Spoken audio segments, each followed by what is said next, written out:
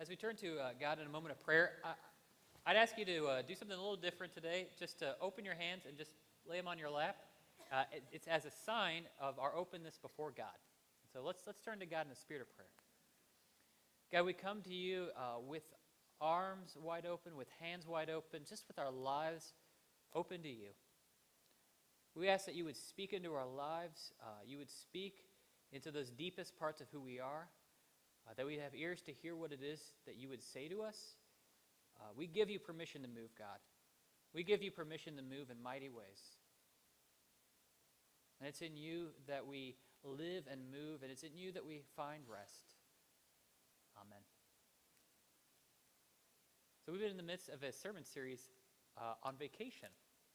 It's a good time of the year for it. And so we've been talking through different elements of what it means to take a vacation. So last week, we literally talked about that you need to stop. We are commanded by God to actually stop, to take time where we stop, where we are not just about doing, but in fact, sometimes we're called to stop and just be in the presence of God. So today we're talking about resting, but next week we're going to be talking about embracing. You know, that time of sometimes there's a reorientation, a kind of reaffirmation of your call and of who you are that takes place when you're on vacation, where you stop. And then for our final week, we're going to talk about feasting. There's something special about those meals. When we're on vacation, there's something just different about that space, about those meals. And so we'll be talking about that. But today is about rest. I was thinking about rest with vacation, and sometimes they aren't synonymous.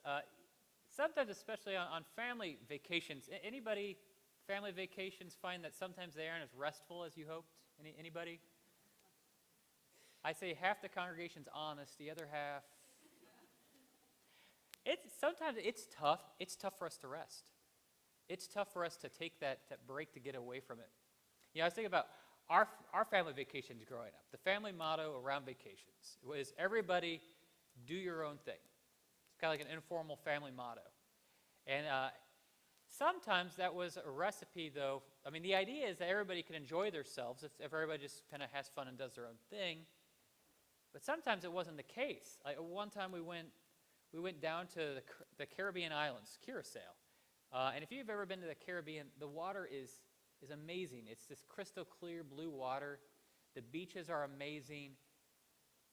And yet, somehow, we went to Curacao, and my dad likes to do stuff, I guess, and so we actually rented a car, and on this island, I think it's about 1 mile by 2 miles. It's not a very big island. But we rented a car, and he wanted to drive around the whole island, going to all the different convenience stores. I mean, they're basically 7-Elevens that aren't as nice. And we basically drove around the whole 1x2 island and visited all those 7-Elevens and drove around. There's beach and there's nice ocean, but we spent a lot of our vacation driving around an island. Not as relaxing as it could have been, right? Or I think about one of the vacations that was just really funny was we went to Colorado Springs, and stayed at a really nice hotel, and we woke up one day to go on Pikes Peak, and my sister, I guess, had been walking on a treadmill training for when she did Pikes Peak. She wanted to walk down the entire thing. The rest of us weren't in on this, and so we're walking down, and if you start at the top, there's switchbacks that go back and forth, so somebody could be as far as this room is, but be like 2 miles or 3 miles ahead of you, just because of the way the switchbacks worked. And so we could actually watch my sister getting farther and farther and farther away. And it was kind of stressful. My mom was worried. She's convinced, you know, there's going to be a bear that was going to jump out and eat my sister, or one of those weird people in the bushes, you know, that just hang out on mountains. They were going to come out and get her. It wasn't as relaxing as it could have been. And we walked halfway down the mountain. She eventually stopped, and we, thank goodness, found some random train that went up the mountain, and we caught a ride back up. But I couldn't even walk the rest of the vacation. I was so stiff. I don't know if you've ever walked downhill for a really long time, but it's hard. It hurts. The next day, my dad wanted to get up and go hike another mountain. Kid you not. And I said, you go ahead, we're going to stay. I stayed at the pool. So that was my nice relaxing vacation. And I remember some of our vacations ended with, we are never going to go on another family vacation again. Anybody else have this ending to a family vacation? There's something about vacations. We seem to almost take our burdens with us sometimes, you know?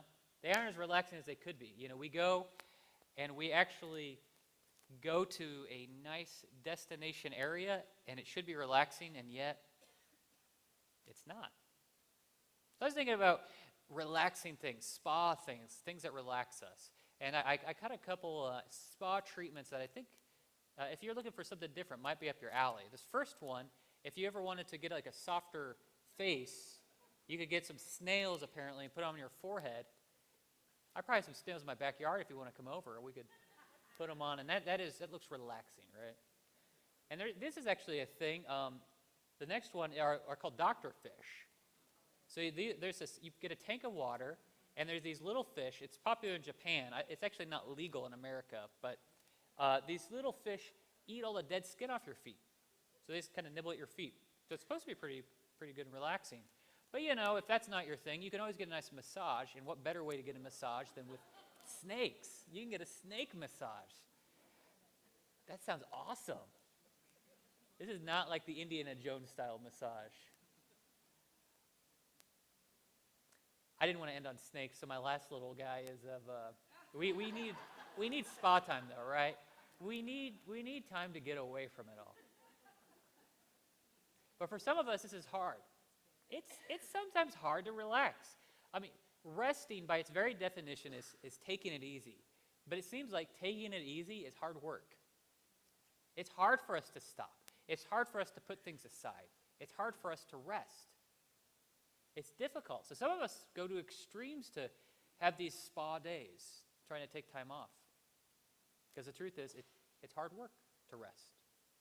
So today we're continuing to look at this vacation time and what the Bible calls Sabbath. I'm kind of relating the two. I think vacation time is an image for what it means to have Sabbath time. And so we read in Matthew 12, our scripture for today, about what it means to experience the Sabbath. So in Matthew 12, 1 through 8, it says, "At that time, Jesus went through the grain fields on the Sabbath. His disciples were hungry, and they began to pluck heads of grain and to eat. When the Pharisees saw it, they said to him, 'Look, your disciples are doing what is not lawful to do on the Sabbath.' He said to them, 'Have you not read what David did when he and his companions were hungry? He entered the house of God and ate the bread of the presence, which is not lawful for him or his companions to eat, but only for the priests. Or have you not read in the law that on the Sabbath the priests in the temple break the Sabbath and yet are guiltless? I tell you, something greater than the temple is here. But if you had known what this means, I desire mercy and not sacrifice, you would not have condemned the guiltless. For the Son of Man is the Lord of the Sabbath.'" So the context of this verse, Jesus had been walking around and he had been frustrated with people who were not open to experiencing Christ, to experiencing the presence of God. That people weren't open to the presence of Jesus. And Jesus actually, in the preceding verse right before this, talked about what it means to experience Jesus. And I talked about this last week at the end of my, towards the end of my sermon, what it means to make Sabbath time, intentional time where we spend it with Jesus, looks like this. Jesus says, "For all you who are weary and burdened, come to me and you'll find rest." And Jesus likens it to a yoke. You know, yoke was something you put on oxen, right, and they drag stuff around. And so the yoke here is Jesus. The yoke is to spend concentrated time with Jesus in the presence of God. Now sometimes we have to be intentional about that, and actually it does take a little bit of work, but it's work that leads to rest.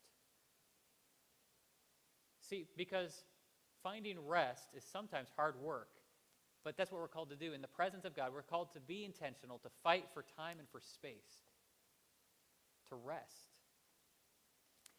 You know, I introduced Sabbath, and I recognize for you, I introduced Sabbath last week as being vacation time, And I recognize that for many of you, and I think this is somewhat a generational thing, but for many of you, you might not equate Sabbath time with vacation time.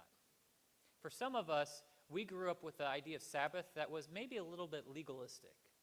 I heard of some people as kids weren't allowed to go outside and play on Sundays. It was Sabbath, and you aren't allowed to play. That's not a very restful time. I mean, for some of us, we came from very conservative backgrounds where there's so much structure, so many rules, that the day itself became a burden. And I think this is something that Jesus directly speaks to actually in this section. Sometimes we put so many rules, we put so many things in place that what was meant for rest becomes a burden. So the question is the question of Sabbath. So Jesus is walking with his disciples, and the disciples were walking through fields, and they were hungry on the Sabbath. Anybody ever get hungry on a Sunday? They happened to get hungry on a Sunday, so they ate what was just there. And on this day of rest, they were doing work. That's as the Pharisees saw it. And so the Pharisees said, "Why are you letting the disciples do what is unlawful?" There was a lot of tradition that had built up around this idea of Sabbath. Not all of it was in the Bible. A lot of it was tradition. And the disciples were breaking these traditional rules as the Pharisees saw it. I mean, the Pharisees were concerned about holy living, which is a good question. How do we live holy lives? How do we live good lives? And as far as they saw, the disciples were breaking it. So Jesus provides two stories. I thought the two stories are interesting. We read through Scripture sometimes, and I think we can miss, why did Jesus tell these two stories? Well, the first one was of King David. David was on the run, needed some food, and so he ate the bread of presence, this consecrated holy bread that was meant for priests, and he ate that. The other example is of priests. They worked on the Sabbath day. Much like a pastor preaches, right, and works on a Sunday, the priest worked on the Sabbath day, and it wasn't breaking the law. I think these two examples are interesting. I think the King David example, David represented for the people of Israel that golden age nostalgia, when everything was going right sort of time, right? We have this too. We look back to the good old days when things were done right. And so Jesus is looking back and he's saying, well, look at David. He does something that kind of, it breaks the rules as you understand them. And then he takes it to the contemporary context and he says, look at the most religious people we know. Look at the priests. They break the rules. So how are we to make sense of this? What does the Sabbath look like? Well, I think the most important section, and if I could actually get that verse up here, I think the most important section it comes from God saying this. Jesus says, "But if you had known what this means, I desire mercy and not sacrifice, you would not have condemned the guiltless. For the Son of Man is the Lord of the Sabbath."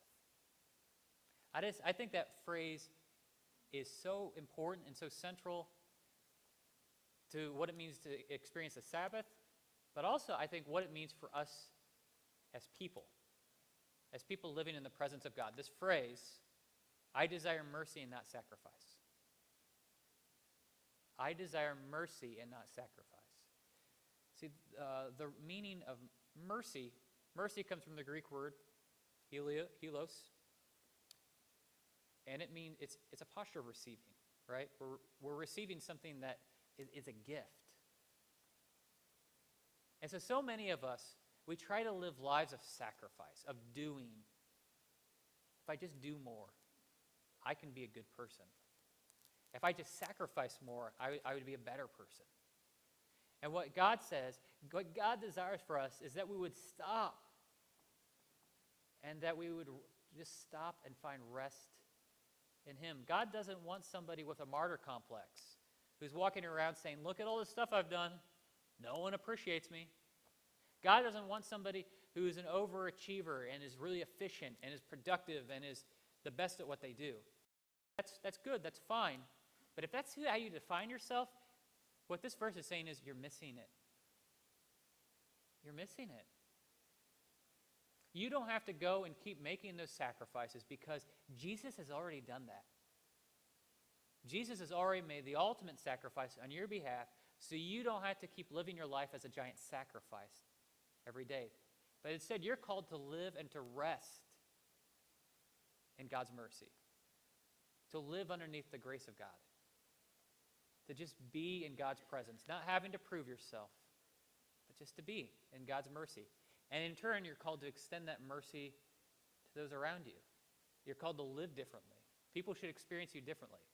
And that's what Sabbath time does. It transforms us. That mercy of God enters us in the most deepest of places, and we're experienced as different people. If you carve out intentional time to rest in the presence of Jesus, it changes you profoundly.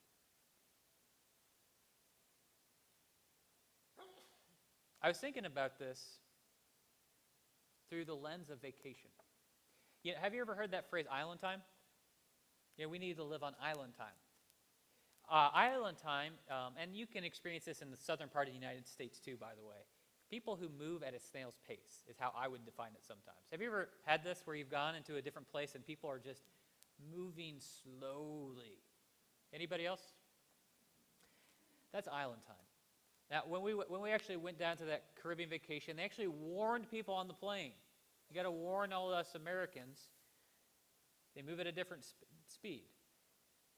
Your meals might not be served as efficiently and speedily as you would hope. But it's not the greatest idea of a vacation if you're sitting there grumpy and saying, they need to move quicker. There's more relaxing I got to get to, right? I mean, this just doesn't work. We need to sometimes slow down. And slowing down is island time. There's some people who actually study different cultures. Got a little feedback there. There's some people who study different cultures. And there's actually different cultural views of time. Cultures have different views of time. One, like the basic distinction is between monochronic and polychronic time. So monochronic time are people where time is a commodity. You only have so much time and you need to be efficient. You need to be efficient with your time and get things done. So if in a monochronic culture, if I'm working behind the counter somewhere and a group of people want to go and buy my commodity, how do they line up? Single file, right? Well, in a polychronic culture, you can actually tell one because they'll actually come up and they just spread out. And they don't line up, which I don't know what that's all about, and they just all want to talk, and they'll all talk, and there's no waiting your turn. Like monochronic cultures, there's one person at a time mentality. Whereas polychronic, there's no such thing as an interruption. I went to Africa recently, very polychronic culture. And so if you had a meeting at 2 o'clock, what does a meeting at 2 o'clock mean to you? For me, it means you show up at 2 o'clock, if not before, right? Yeah, over in Africa, a meeting at 2 o'clock would be somewhere between 2 and 4, depending on when people kind of made their way over there. For polychronic cultures, there's really almost no such thing as an interruption. So it's very relational, very talking to people as you go along. So you might bump into your neighbor along the way, and you just have a chat with them. Because for polychronic cultures, time is not something that is controlling us. It's just something that's there, and I'll get there when I get there. It's just a different way of viewing the world around you. And so what I'm suggesting today, I bring up the distinction because what I'm suggesting is this idea of rest, this idea of Sabbath rest, is something that is almost foreign and alien to us, especially as Americans. Because as Americans, which one are we, monochronic or polychronic? Which do you think? Monochronic, right? And this is something that is a foreign concept, but we need to have time where it feels differently, where we aren't living our life based off a clock, where everything's not scheduled to the minute. That sometimes we need time and we need space where we can just rest and be and live at a different rhythm. This is where we're called to be. And so that's island time, and that's the sort of way time should feel in the midst of the Sabbath. It should feel different. So when we talk about rest, I think it provides a helpful perspective. and it provides a helpful perspective in this. You need to deflate your importance. You aren't really that important. You don't really have to cut off other people when you're driving. You're not that important. You're really not. But you need to inflate your significance. You matter, and your presence in the midst of your family and friends and the relationships around you makes a significant impact, and I don't think you value it enough. You need to inflate your significance. And what's the difference between those two? I think it's your conception of timing and of, does life revolve all around you being efficient? Sometimes we just need to slow down. Now, by the way, I'm not devaluing. So you need to be efficient at work, and there's a place for getting things done and scheduling. But you should have time where you stop doing that. In fact, God is telling you, God is commanding you, you need to stop and slow down. You need to live your life differently. So you need to rest. And I think you need to rest in 3 different areas of your life. I broke this down 3 different ways. And they actually get, I would put them in increasing significance and vulnerability. First, you need to rest your body. You need to just stop sometimes, and especially if you're in a job where you work hard, like it's a labor-intensive job, it's a good idea to rest your body. I mean, if you work out, it's actually how you help build up your body. If you keep working out, it's actually not as helpful. You need to take a day off from working out if you want to optimally get in the best shape of your life. But even if you're in a job, like you have one of those desk jobs where you're not very active all the time, it's still a good idea just to rest your body. We hold on to a ton of anxiety. You need to rest your body. And here's the thing. I was actually reading a book about spiritual disciplines that your body actually tells you if you need to rest. Like we ignore it, but our bodies actually tell us when we need to slow down in a lot of different ways. Right, with headaches or getting stiff all over or just feeling weary all the time. If you're really sleepy, it probably means you should sleep, right? Not right now. Maybe after the sermon. You need to rest. And you know what? If you don't do this, you still will get an enforced Sabbath time. It's called going to the hospital, right? Some of us have had this. We've had medical Sabbath, where we keep going, and our bodies finally just wear out, and we have to go to the hospital. We had to take like a couple of days off because something in our body just went out of whack because we pushed that hard. I mean, we have different reasons for going to the hospital, but some of it is really related to our levels of stress and our levels of constantly pushing ourselves harder and harder. So we need to rest our body. Secondly, we need to rest our minds. You need to rest your noggin every once in a while. This is really apparent when you pay attention to the news. Any avid news watchers? When you watch the news all the time, there's something about it that gets your heart rate up, right? Cable news does this really bad. I watch cable news for like a half an hour, and I'm just kind of like shaking a little bit, right? Because everything's catastrophic. The world is collapsing all around us because that's what sells. I mean, newspapers that try to do more positive features never work. It doesn't sell. News that sells is news that's dramatic. And so news is always tuned more to the dramatic stuff going on. And it does matter. And there are things that are significant going on in the world around us. But it's okay to stop. You don't have to be paying attention to the news all the time. And so maybe part of rest for you is taking a break from all the news. But maybe it's taking a break from all the stuff going on in your head. Some of us have a running to-do list all the time. You know who you are because right now you're listening to the sermon while also thinking about all the stuff you need to get done today, right? There are some of us who have a constant running list. But what would it look like if we just took a break and put that aside for a bit? Because we fill up our head all the time with all sorts of stuff. What about with work? Are you constantly thinking about work all the time? It's okay to stop. It's okay to rest. So we need to rest our brains. We need to rest our noggins. And third, so we need to rest our body, rest our mind. And the third one is you need to rest your heart. And this one's the hardest and probably the most significant one. Some of us, we hold on to anxiety. Our hearts are restless and full of frustrations, full of anxiety. And we need to take a day off from that. You need to take a day off from being frustrated and anxious. Some of our houses look like war zones. You know when two countries that are side by side have a war and they get peace, they have that spot, the demilitarized zone, right? We need a demilitarized zone. We need space, a day where we say, you know what? This is going to be a day that we're going to say no family drama. So maybe if you have like something you're frustrated about, write it down, and that will be saved for another day. Because today, we're taking a break from all the drama. What would it look like if you did that?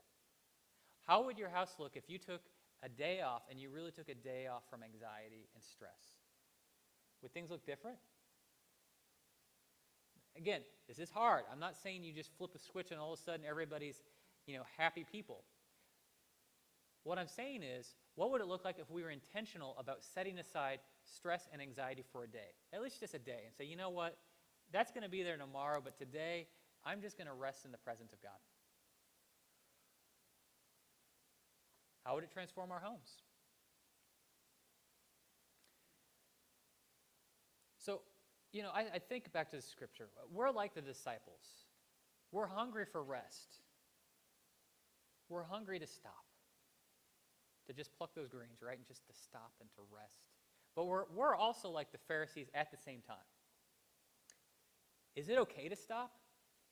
Well, we ask this question, right? Am I okay? Is it okay to stop? Am I okay? Am I okay to stop and to rest? Is that okay? Or am I doing this right?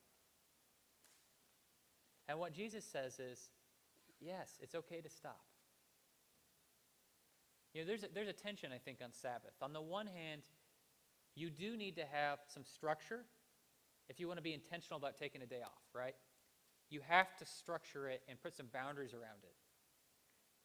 But when we put boundaries, when we put up walls, we do it to protect something. And what you're protecting is a space to rest. So if your walls, if your boundaries are more burdensome, they're no longer serving what their purpose was. And God gave us Sabbath as a gift, this idea of rest. Now, and I've mentioned this as a day.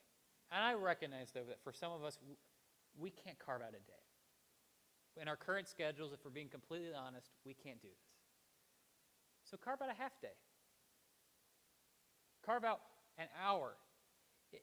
I know some of us have said, you don't understand how crazy busy I am. Okay, everybody could carve out 15 minutes. I guarantee you could carve out 15 minutes.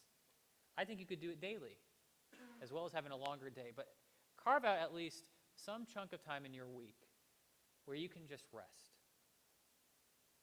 I know for some of us, I'm a parent. I understand if for parents in our audience, especially, I couldn't imagine being a single parent. They would say, you don't understand.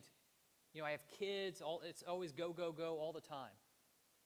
Well, find somebody to watch your kids. Find a way that you can get 15 minutes. And it's okay to do that. It's okay to stop. And I think that's what God wants to tell you. It's okay to stop. It's okay for you to make space for yourself. It's okay to do that. You're called to rest. So what does it look like to get this for you? What does this look like to find that Sabbath place, that relaxing space for you? What activities help you to rest? For some people, they like pulling weeds and doing the gardening thing. Go garden. I don't like pulling weeds, so guess what? I don't do that as a Sabbath practice. I'm more kind of like I'd rather just sit on a hammock and kind of watch the sun go by. We do have a hammock in our backyard. My ideal would be if my wife would appreciate more a Sabbath thing of pulling weeds and I could watch her do that in my hammock. That would be relaxing. Doesn't work out that way. Go for a walk.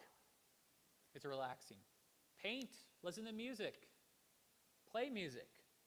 I don't know. But the point is, it should feel like a different sort of time. When you have a relaxing activity, the day seems different. It feels different. So make that space. I think space matters too. If you can set aside a place in your house where you can do this, that's really helpful. So, and it's that place where you do your free reading or where you just kind of sit and unwind. You should have some space where you intentionally unwind.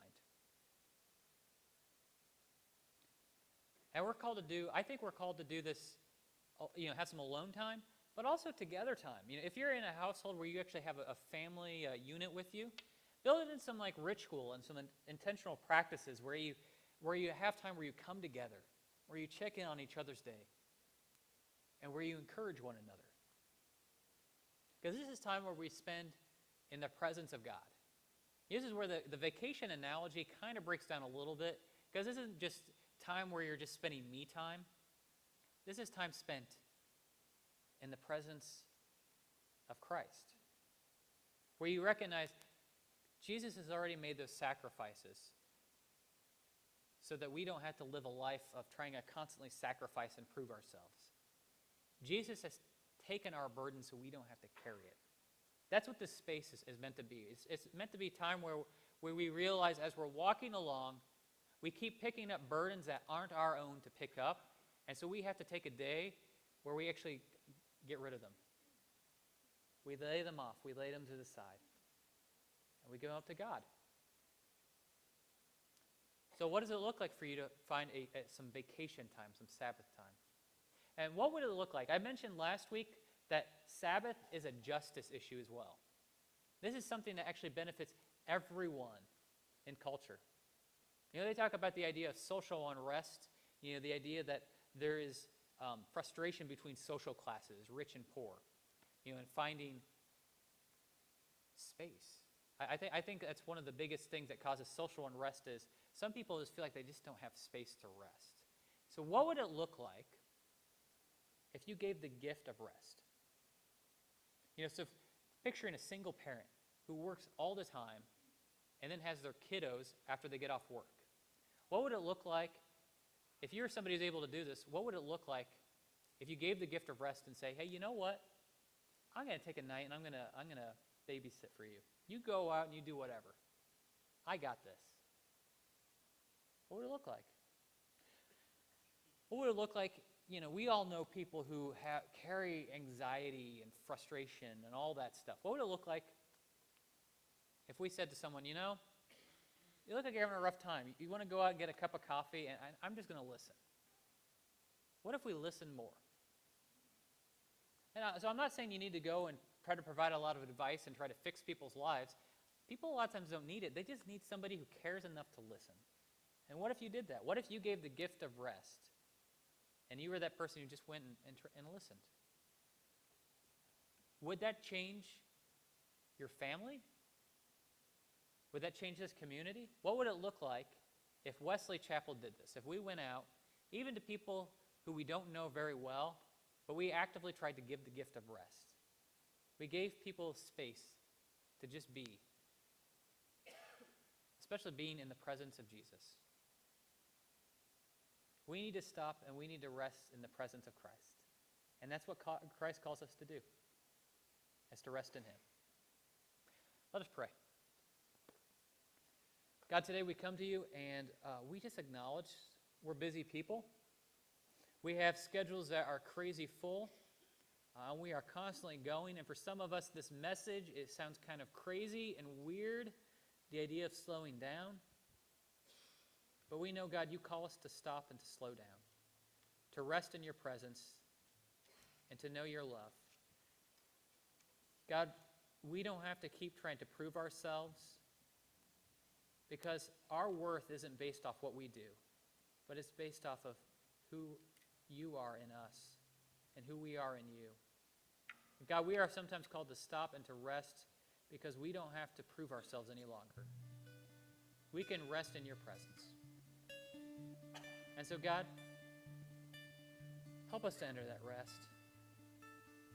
You say that you offer us a gift of peace that surpasses all understanding. And for many of us, that's a gift unclaimed. For many of us, we would not describe our lives as lives filled with peace that surpasses all understanding. But today, we claim that gift. We claim that you are someone, you are a God who wants to give us peace. And so, God, help us to let go, help us to relax, and help us to find ourselves falling more and more in love with you. And it's in your name that we pray. Amen. As we sing our final song, we do have prayer blankets for you to pray over. They're signs of God's love in the midst of our community. So feel free to come forward and pray for those people who probably need to experience rest. And also, if you need any prayer, do come forward, and I'd be happy to pray with you. Now let's all stand and let us sing in the presence of God.